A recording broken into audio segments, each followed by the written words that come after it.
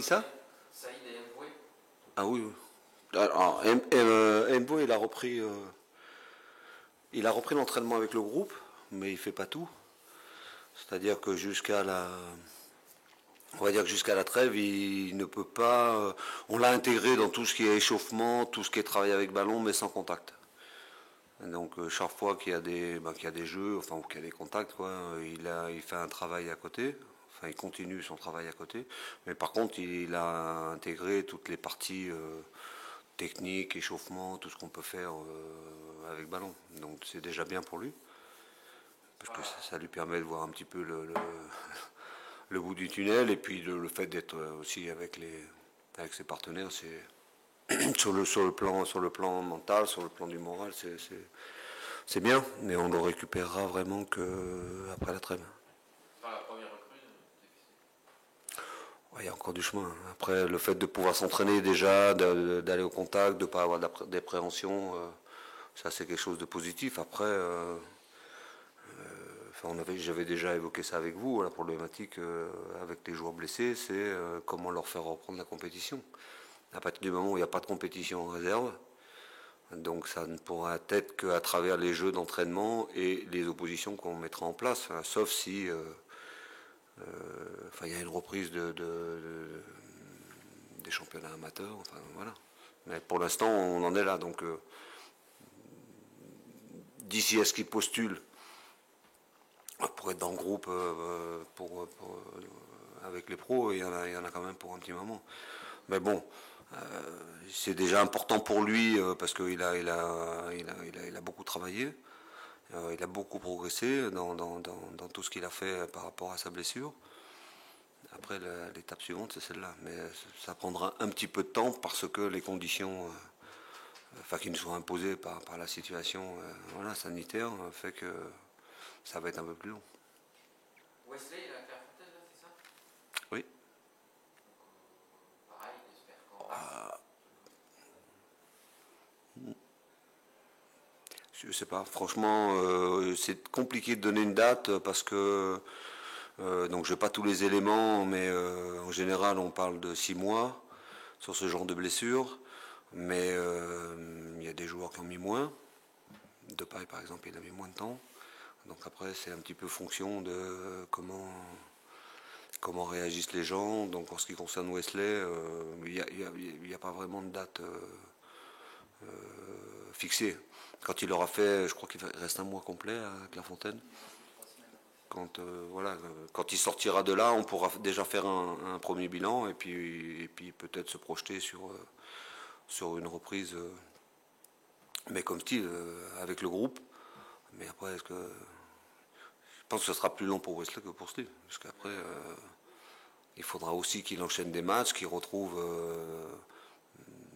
alors une condition physique, ça c'est pas ce qui va être le plus dur à lui donner, mais après le rythme de la compétition, on peut l'avoir qu'à travers la compétition. Donc enfin, j'espère qu'au moment où il reviendra, on aura les possibilités de jouer des vrais matchs. Dernier blessé en date, enfin, je crois que c'était. Mauro, c'est bon, il est totalement opératif. Mauro, il a repris, oui. Ouais. Il aurait été absent un moment, finalement. Ben, il avait des problèmes au niveau de son dos, donc il handicapait, mais il a passé tous les examens. Et depuis donc cette semaine, il a fait tous les entraînements. Bon, t'as un problème que les entraîneurs doivent bien aimer, c'est un problème de riche, parce que t'as effectivement participé. Oui, un problème de risque, oui. Notamment au milieu, où tu vas avoir des choix cornéliens à faire. Oui. Pourquoi Cornélien? Ouais, VDB donc, a fait de bons matchs à ces derniers temps. Alors, Oui, oui. Oui, mais après je l'ai déjà dit, moi, plus j'ai de monde, mieux c'est pour moi. Après, j'ai effectivement des choix à faire et je les ferai. Si on prend par exemple ce secteur du milieu de terrain, je pense que les 4 joueurs, puisqu'on parle de 4 joueurs, ils ont tous fait des bons matchs. Donc après, pour faire les choix, il y a ce qui se passe à l'entraînement, ce que je vois à l'entraînement, peut-être aussi un besoin d'un profil plus qu'un autre par rapport à l'adversaire, mais Pour moi, c'est pas véritablement des choix, parce que de toute façon, ces 4 jours-là, ils savent que celui qui va pas débuter va forcément intervenir à un moment ou à un autre dans le match. Et ce qui m'intéresse, c'est aussi dans ce choix-là et dans le fait de faire rentrer un joueur, ça peut faire basculer un match ou conserver un résultat ou amener quelque chose. Donc, dans mon esprit, ces 4 jours-là, il n'y a pas un remplaçant et 3 qui jouent à chaque fois. Ils doivent tous avoir cet état d'esprit-là, même si, je l'ai déjà évoqué avec vous, hein, si on ne change pas d'état d'esprit, quand j'avais fait notamment 2 équipes différentes en changeant 5 joueurs sur une autre semaine à 3 matchs, si on a gagné les 2 premiers, c'est parce que l'état d'esprit n'avait pas changé. Ça avait été fantastique de ce point de vue-là, et ça continue aujourd'hui. Hein. Donc voilà, c'est pas véritablement un problème pour moi. Quel était ton discours cette semaine parce qu'en dehors de l'efficacité devant les buts, que ce soit derrière, devant, on en parler après, tu as dit que tu n'avais rien à reprocher aux joueurs sur le match de samedi. Donc quel a été ton discours dans la semaine? C'est plus compliqué justement? Non, non, non, c'est pas compliqué. Après, il y avait à la fois un discours très positif sur le contenu du match et ce qu'on a fait, parce que c'est effectivement, je pense, notre meilleur match à domicile. En termes d'animation, en termes de situation, d'occasion, nombre de tirs au but, voilà. Après, le discours, il a été surtout, encore une fois, qu'on est pénalisé par des coups de pied, sur des coups de pied arrêtés. Donc voilà. Donc tout le discours de la semaine, il est basé là-dessus. Aujourd'hui, j'ai fait une intervention aussi pour bien leur faire comprendre que depuis le début de la saison, si on n'avait pas été pénalisé par le nombre de buts qu'on a pris sur coup de pied arrêté, on serait bien plus haut au classement. Donc c'est assez important que les joueurs l'aient en tête. Et puis après, on a travaillé évidemment là-dessus. Alors quand je dis on a travaillé là-dessus, on a, nous, le staff, une réflexion. Alors elle ne date pas de cette semaine, hein, on l'avait déjà eu avant. Et puis aussi, on a impliqué des joueurs là-dedans. Après, il y a des concertations et ça débouchera forcément sur quelque chose. Alors pas forcément sur le match de Châteauroux, parce qu'il faut le temps de prendre des décisions ensemble, de mettre les choses en place ensemble. Et pour les mettre en place sur le terrain, il faut d'abord les mettre en pratique à l'entraînement. Mais il y a une idée... ma première idée sur cette semaine, c'est que vraiment les joueurs prennent conscience que c'est quelque chose qui nous a fait perdre beaucoup de points. C'est quoi cette réflexion justement, Patrice, pardon, ça va en dehors du moment pur d'entraînement Oui. Il y a quelque chose à côté Oui. Quelle forme ça prend Il y a toujours... Quel temps ça prend? Quelle forme ça prend Dans un premier temps, bon, parce que vous imaginez bien qu'avec mon staff, on se voit tous les jours, on se réunit. Quand il y a repos, on fait une réunion pour préparer la semaine. Donc on a évoqué ça. On a évoqué ça, où chacun donne son analyse sur ce qui se passe. Et puis après, c'est, bon, ok, l'analyse, on l'a faite. Le constat, il est fait. Les chiffres sont parlants, ils sont là. Après, c'est qu'est-ce qu'on fait? Qu'est-ce qu'on met en place? Donc on a eu une discussion là-dessus. Et puis après, l'idée, c'est de pas dire, bon, ok, on décide ça, on fait comme ça et c'est pas autrement. Non, après, l'idée, c'est d'échanger avec les joueurs. Donc aussi de leur faire prendre conscience des choses et de faire en sorte qu'ils aient une discussion aussi entre eux pour voir quelles solutions ils peuvent avoir. Et après, il y a une discussion en commun et puis on décide. On décide, mais je reste persuadé que c'est pas simplement un problème de positionnement, de marquage individuel ou de zone et tout ça, c'est un problème d'état d'esprit. C'est avant tout un problème d'état d'esprit. Mais ce que j'ai dit aux joueurs, on a été capable pendant 4 matchs, et pas contre des petites équipes, de ne pas prendre de but et de ne pas prendre de but sur coup de pied arrêté aussi. Donc ça veut dire qu'on a cette capacité-là, mais dans ce domaine-là, c'est quelque chose qui reste fragile. Donc moi, j'ai pas envie non plus, vous savez, je l'ai déjà dit devant vous, je crois pas à la fatalité, je crois pas à tout ça, donc je veux surtout pas que mes joueurs tombent là-dedans. Et je veux pas qu'on ait 2 tensions sur fois qu'il y a un corner ou un coup franc. Non, il faut prendre le problème à bras le corps, trouver des solutions et les mettre en pratique. Mais pour ça, il faut déjà prendre conscience du problème et surtout ce que ça nous a coûté. moi, c'est surtout ça qui m'intéresse. Quand vous prenez le nombre de points que vous perdez, vous les additionnez, vous additionnez au nombre de points qu'on a aujourd'hui, et puis vous voyez où on est. Donc pour qu'il puisse y avoir un remède, voilà, si on peut appeler ça comme ça, il faut qu'il y ait une prise de conscience surtout des conséquences de ça. Voilà. Prendre un but sur coup de pied arrêté en tant que tel dans le match et tout, bon ok, on a fait match nul, donc on prend un point. Mais ça, additionné à plein d'autres matchs qu'on a joués, vous additionnez les points que vous avez perdus. Donc ça passe d'abord par une prise de conscience collective. Donc cette semaine, ça a été ça l'objectif. Pourtant, il me semble que suite au match de Champy, tu avais déjà bien insisté là-dessus en disant on va changer de stratégie sur les pieds. Non, j'ai jamais dit qu'on allait changer de stratégie, non. Je pense que si. Je pense que non, faut reprendre les papiers ou écouter les interviews. Non, non, j'ai jamais dit qu'on allait changer de stratégie. Je ne crois pas que ce soit une question de stratégie. On va évoquer ce qui, d'après moi, ne va pas. C'est l'état d'esprit, l'agressivité, le fait d'être méchant, le fait de ne pas vouloir prendre de but, le fait de ne pas subir les coups de pied arrêtés. Donc voilà. Alors après, si j'ai employé le mot stratégie, elle n'est pas sur le placement des joueurs. Elle est peut-être sur la façon de faire passer le message.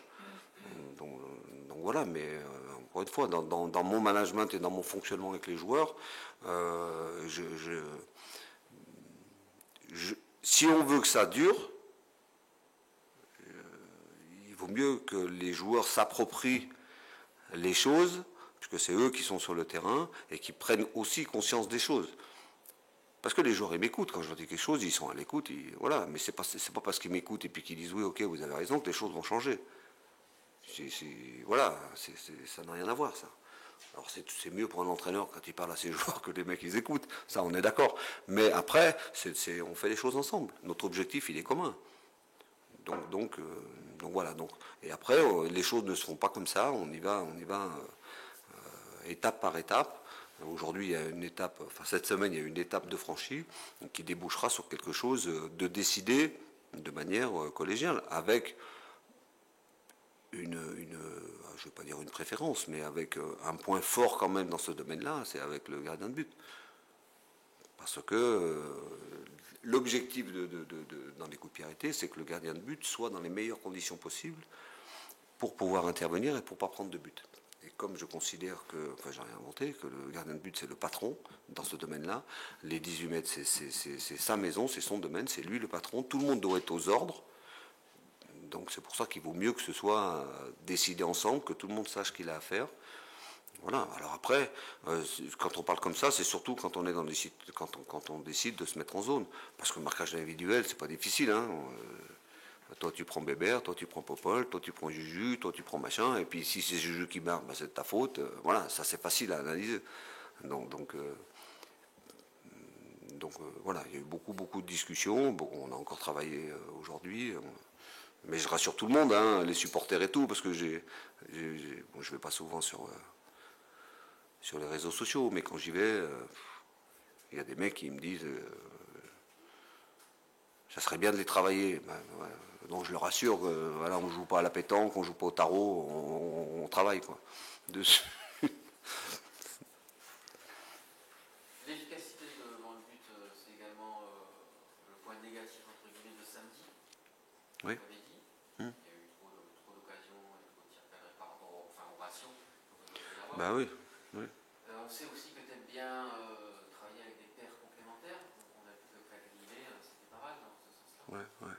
Ouais, après il faut. Alors, c'est toujours pareil. On a frappé beaucoup de fois au but, on s'est créé beaucoup d'occasions. Donc après le ratio entre les tirs cadrés et le nombre d'occasions, on aurait pu l'améliorer. Après, on aurait pu marquer plus de buts. Voilà. Après, moi, je préfère aussi m'intéresser à ce qu'on se crée. Et voilà, si on continue, si à tous les matchs on se crée autant de situations, on a quand même plus de chances de gagner qu'autre chose.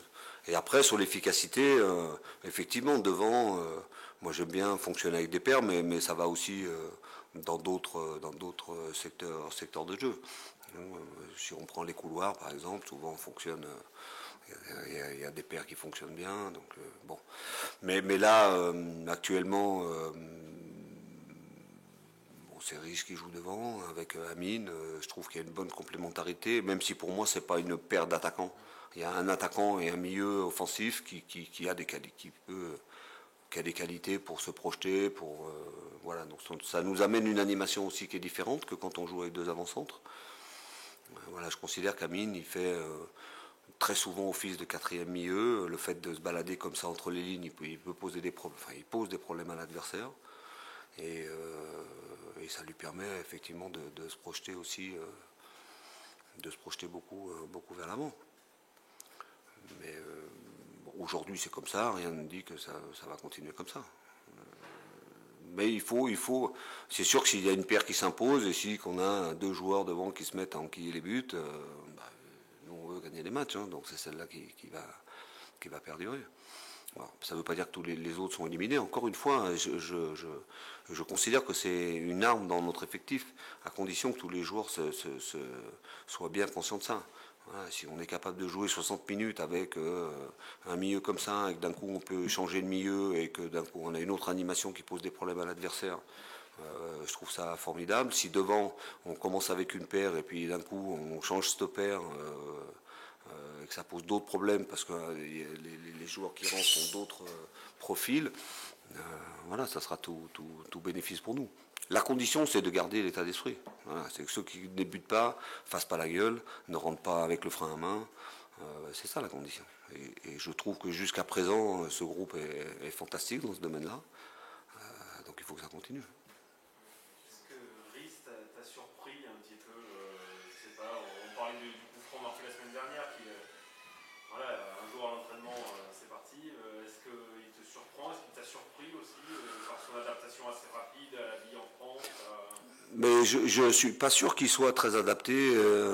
Maintenant, il m'a surpris, je vais vous dire la vérité, il m'a surpris parce que, bon, déjà, chaque fois qu'il était rentré, il avait monté les choses. Il avait montré les choses. Mais aujourd'hui, il y a une différence entre le risque à l'entraînement et le risque en match. C'est-à-dire que si vous vous basez juste sur ce qu'il y a à l'entraînement, il ne joue pas.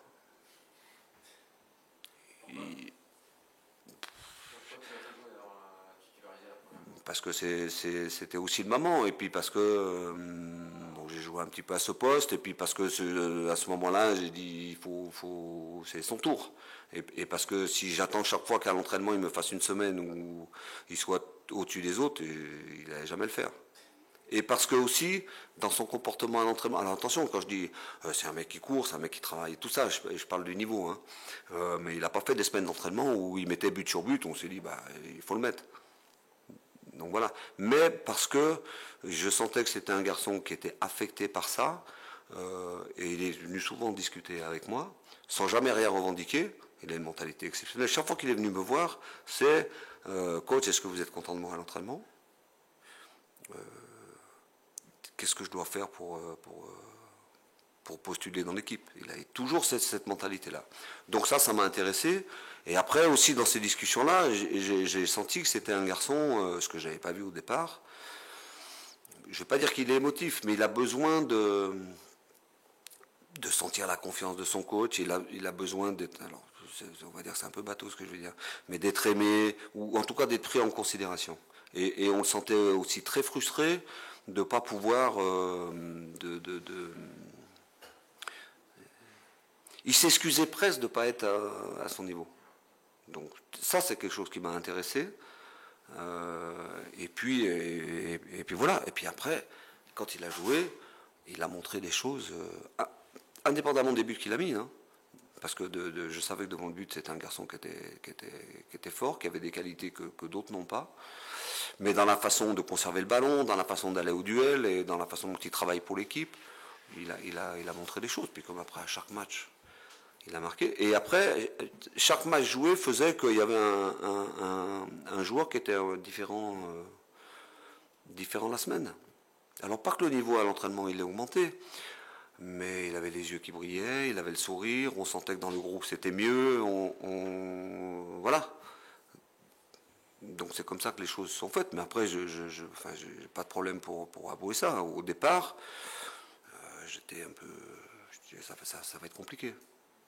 Ça va être compliqué pour lui. Parce que c'est sur l'entraînement. Et puis après, il ne faut pas oublier, quand il est arrivé, il avait un petit pépin au mollet, je crois, et il a commencé voilà, quand on arrive dans un club, qu'on a un petit souci, qu'on commence pas à s'entraîner, qu'on parle pas la langue, enfin il y a tous ces éléments-là. Et après aussi, ça fait partie de ce que veut mettre en place notre président, Damien. Il a été aussi aidé. C'est-à-dire que quand on s'est aperçu que ce gamin, parce que pour moi c'est un gamin, rencontrer des problèmes, tout ça, malgré le fait que je lui disais qu'il fallait être patient, qu'il fallait qu'il s'adapte, que le rythme n'était pas le même, enfin voilà, puis la vie en France et tout ça. Parallèlement à ça, on lui a parlé, mon président lui a parlé, on l'a rassuré.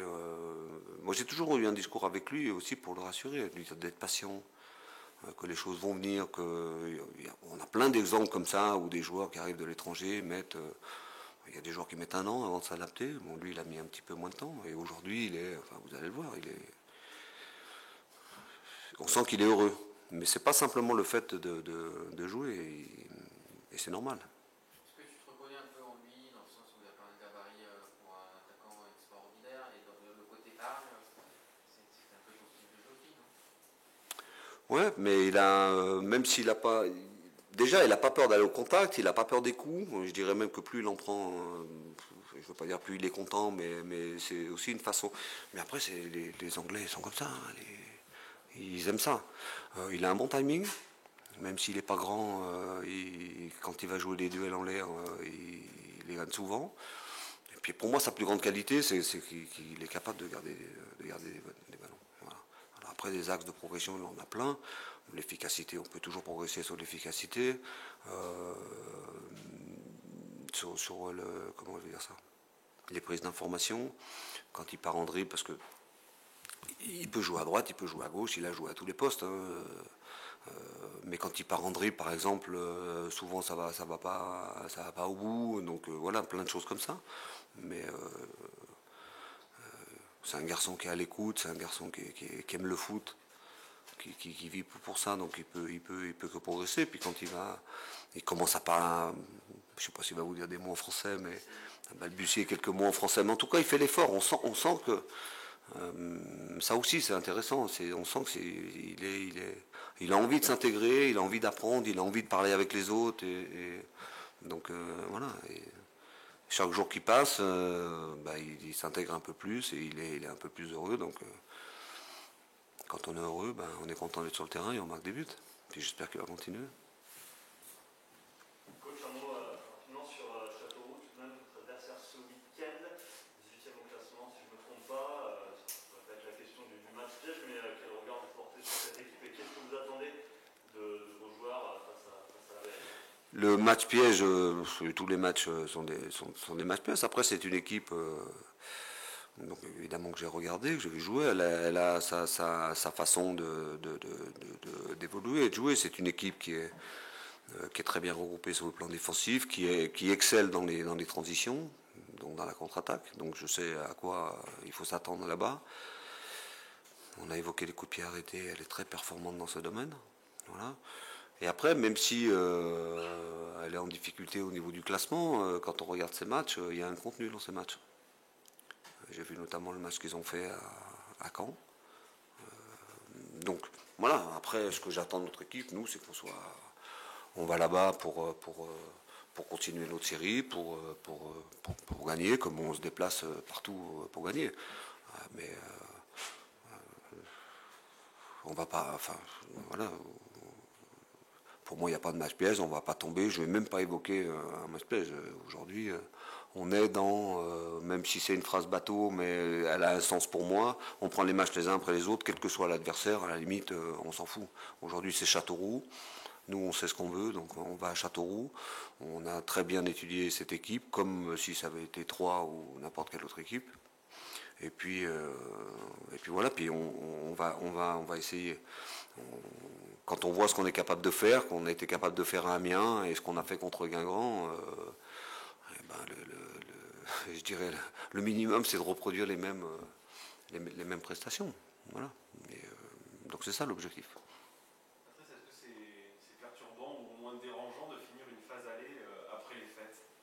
C'est assez rare finalement. Est-ce que ouais, ça arrive. 2 matchs après. En général, le premier match après les fêtes, c'est toujours le dernier match aller. Là, ça va être 2. Non, c'est pas. Non. c'est exactement dans ce que je viens de vous dire. C'est Paris FC, ça sera Paris FC. Ça sera après les fêtes pour eux aussi. Qu'est-ce que vous voulez que je vous dise? Non, non, non, non, non, ça n'a pas d'incidence. Ça n'a pas d'incidence. Là, on est juste focalisé sur, avant d'aller en vacances, des très courtes vacances, des jours à 4 jours, 5 jours de vacances, à peine. On a encore 3 matchs à jouer, il y a 9 points à prendre, et l'objectif, c'est d'en prendre le plus possible. Voilà. Après, ils vont bien se reposer, enfin, le peu de temps qu'ils vont avoir, et puis après, on reprendra pour cette deuxième partie de saison. Justement, tu m'as coupé un peu l'air sous le pied. Ma dernière question, c'était effectivement 9 points. Est-ce qu'il y a un challenge sur ces 3 matchs, le nombre de points à prendre? Tu dis le maximum, on sans doute. Mais est-ce que par exemple, selon le nombre de points, ils ont des rallonges en vacances?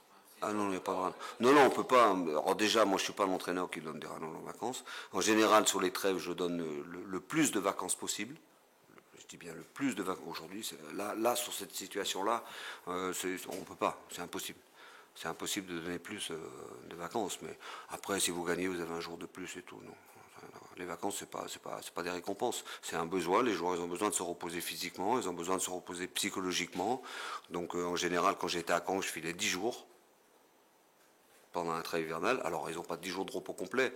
Ils avaient un petit programme à faire et tout ça. Mais parce que, surtout nous, depuis le début, par où on est passé, sur le plan mental, sur le plan psychologique, ça use. Mais là, je ne peux pas faire autrement. On joue à Pau le 22, donc ils sont en vacances après le match. Le 23, on va reprendre le 29, on est obligé. Donc si vous comptez, le 23, ils vont voyager. Donc ça fait 23, 24, 25, 26, 27, le 28, ils ont 6 jours.